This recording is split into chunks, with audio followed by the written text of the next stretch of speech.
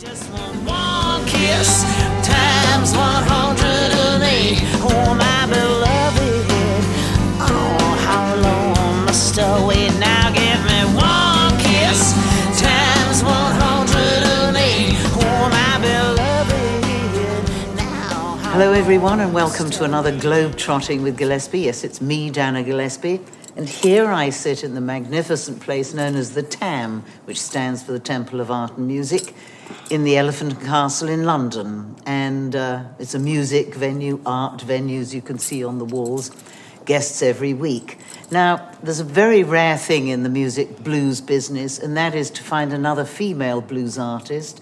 And this is what we've got here. So I'd like to introduce you to Bex Marshall. Hey! Yay! Now, it's rare because, you know, it's a tough business, isn't it, the old blues business? And I want you to tell me, Bex, because I actually know very little about your past, how you started in this business and why, and what have you been doing recently, or in past as well? Well, to try and fit all that into 5 minutes, it's going to be a fun... Yeah, give us a prelude version. Okay. Where are you from originally, though? Basically, born and raised in Plymouth in Devon, so, I'm a little bit of a pirate meets a gypsy, and so basically, I have it in my blood, the sort of Romany thing, and so I don't know.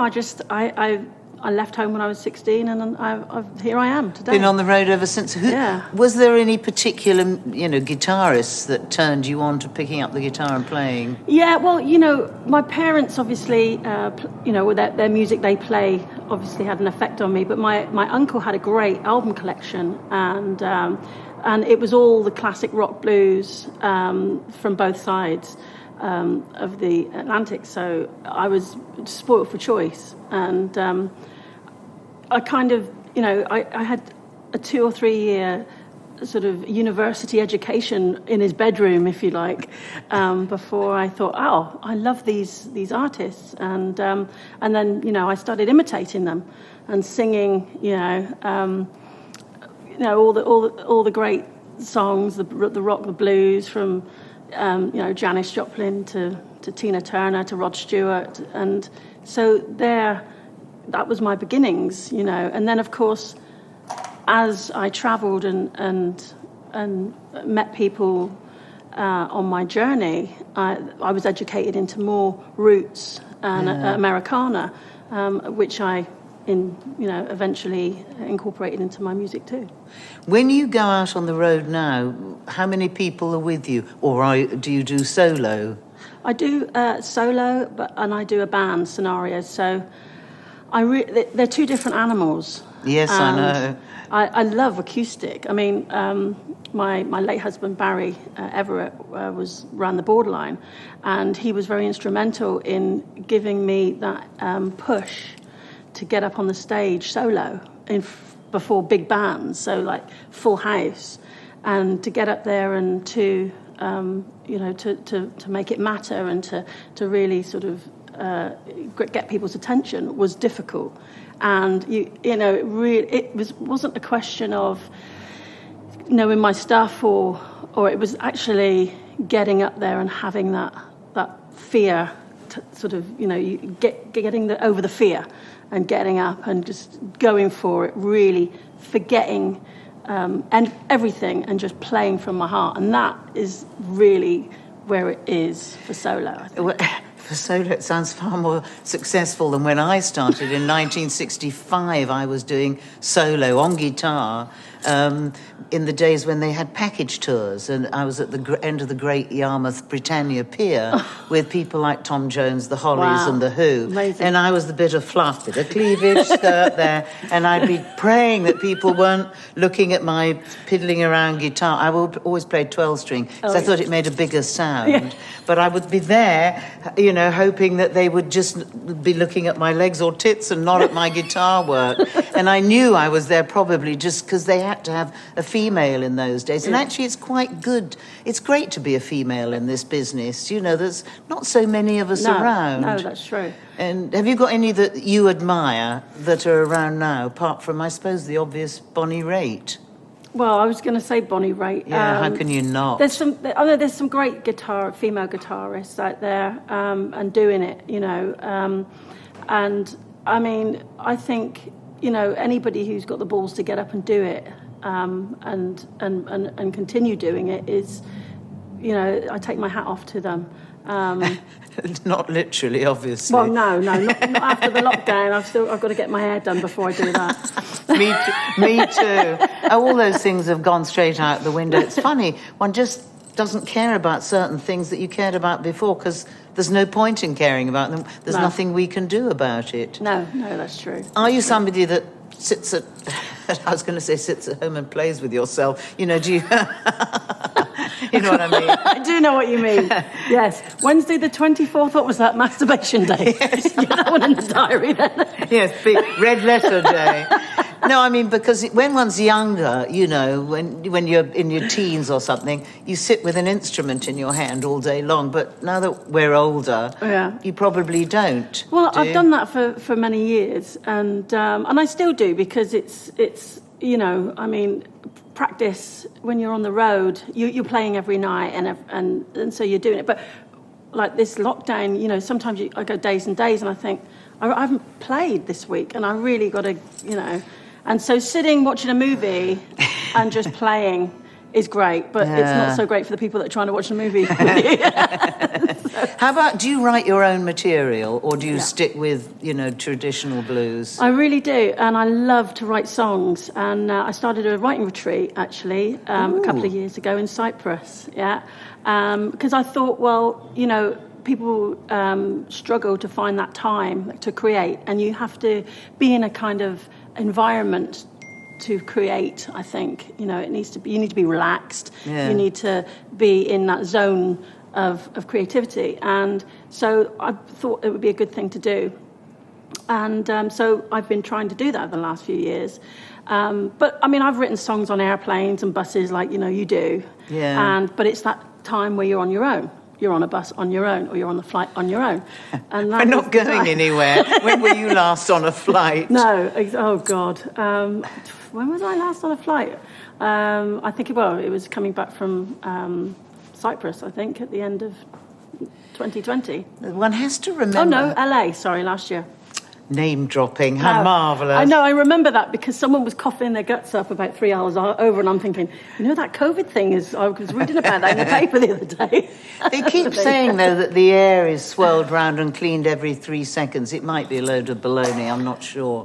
One has to remember, though, with songwriting, because I consider myself actually a songwriter as much as a singer, it's the musician's pension. When we're old and dribbling and gaga and in the wheelchair, that's true. Our songs will live on. Absolutely. So songwriting is the most important thing, I think. And I also think, sometimes when I write a song, I think, I'm going to send that to the Foo Fighters, because they could do justice to that.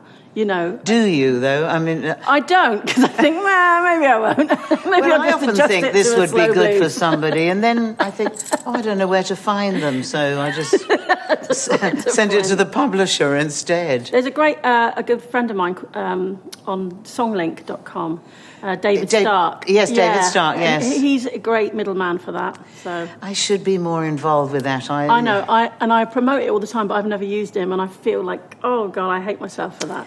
Well, he gave me some old copies of Songlink, ladies and gentlemen. It's the sort of magazine. It comes out every 6 months or something, and in it says, let's say, I don't know, I'm trying to think, Beyonce is looking for a song. Actually, she wouldn't, because she writes her own. It lists people who are looking for songs.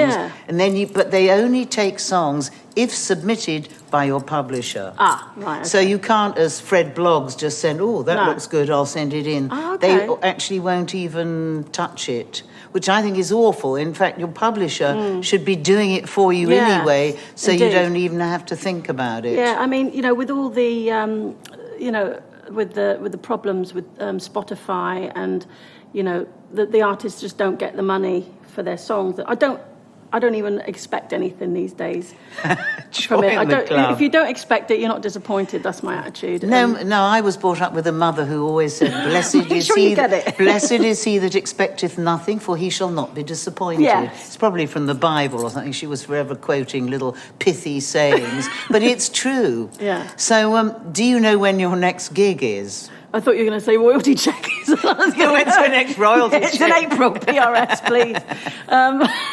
Well, I hope you'll be playing down here at the Tam. Yes. Because I saw you play here before it kind of closed down, just before I got COVID. Oh, no. Oh, God. It was all right, I had it over Christmas. Just meant I had to spend 2 weeks in bed. Yeah. And I hate Christmas and New Year anyway. Well, so... you like spending the time in bed, though, haven't you? Have you read our book yet? Have you? I'm halfway through it. You can't have two women together. I mean, the level of humour is going to go There's no down. gin on the table. But actually, I was always asked, why don't you write a book? Because I'm so full of stories that finally it's come out. But there's no bookstores. I can't go and do book signings. Yeah. And so I finally got it out. And I don't know that enough people have heard about it. It's called Weren't Born a Man, by the way, in case you don't know. But it's full of kind of juicy stories. Because I did start... I'm that little bit older than you, so I had the 60s to get through, having a whale of a time. Oh, my God. It was marvellous. I don't regret a single thing, horizontal or vertical. It was all fabulous. Now, as Globetrotting is just a little sort of small, a little peek into your life, I know that I saw you here whenever it was a few months back, and I was green with envy because, of course, you played bottleneck. Oh, and it's the one thing I can't play, and I'm a bit arthritic. And anyway, I've got a guitarist in the band called Jake Zeitz, and he plays so much better than me. Why play yourself when somebody else does it better? But would you kind of... I would. Is there any sort of message you want to give to the world, by the way, before we... Well, actually, now you've mentioned it, because I wish I'd brought my resonator now, but anyway, that's all in hindsight. Yeah. Never go back. There's no point. Don't look back. Never go back. But I can do it on this one. And I think, the message to the world has to be love. It's the only thing, actually. Saves the day. It really does save the day. And this place, when it's going to be full and up and happening, when the doors finally open, it's going to be bursting full of love. It's always been the message in my songs, and love can take so many different forms, as I said, horizontal or vertical, but it's got to be love. So are you going to finish us off here with a... I'm going to try. My fingers are a little bit cold, but... Yeah, we're in this place because it's technically closed. But where you didn't ask me, where's your next gig? Do we know? Should we hold our breath? My next gig is in June. Good luck. Yeah, well... Well, mine too. And... the thing is, I just think it'll happen when it happens. Yeah. And, as long as we're doing things like this is obviously the future of communication and connection with music. But there's nothing like a live gig. There's nothing like that connectivity, that emotion, And, the great thing is, the upside is, when it does happen, the places are going to be rammed because everybody's going to buy tickets to come and see the bands. And that's going to be... That's desperately needed. Yes. So what are you signing us off with? This is a little song called Love from my latest album. Called? What's the album called? It's called The House of Mercy. Okay.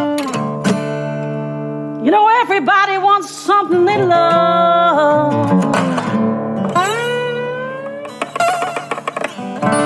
It could be a new car, an after dinner cigar, oh, vintage guitar.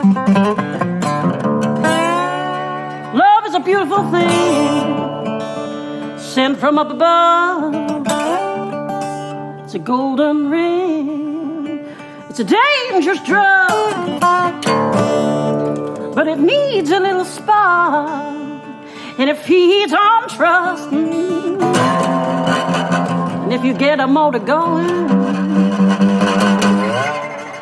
I won't see you for dust. Lord, hear me sing for your love.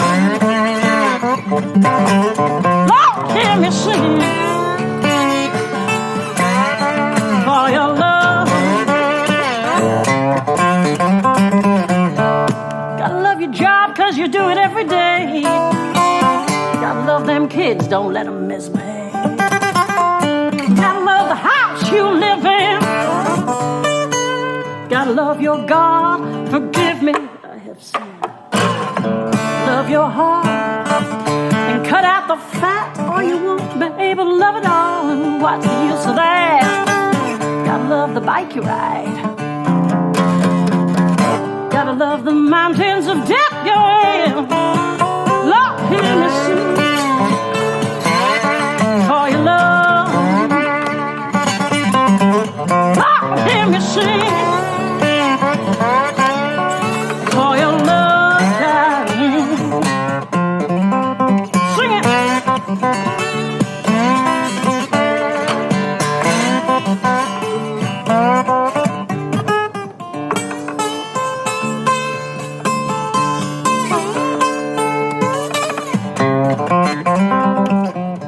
You gotta love the moon, you gotta love the stars. Women are from Venus, and men are from Mars. You love your brothers, you gotta love your sis, you gotta love the family, man. It is what it is. You gotta love your own company, you gotta love your scars, you gotta love yourself. You know you are who you are. You gotta love the dog, cause he loves you for sure. Tickle his tummy, and he's gonna roll on the floor. Let's love.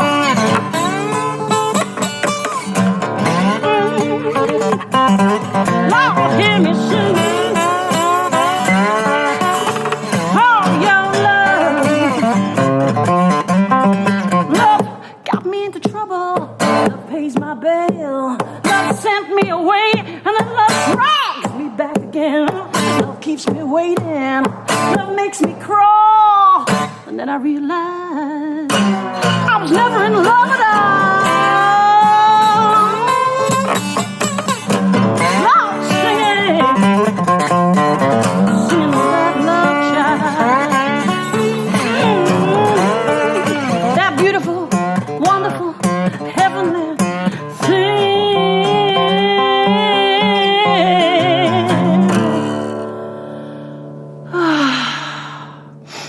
Was it good for you?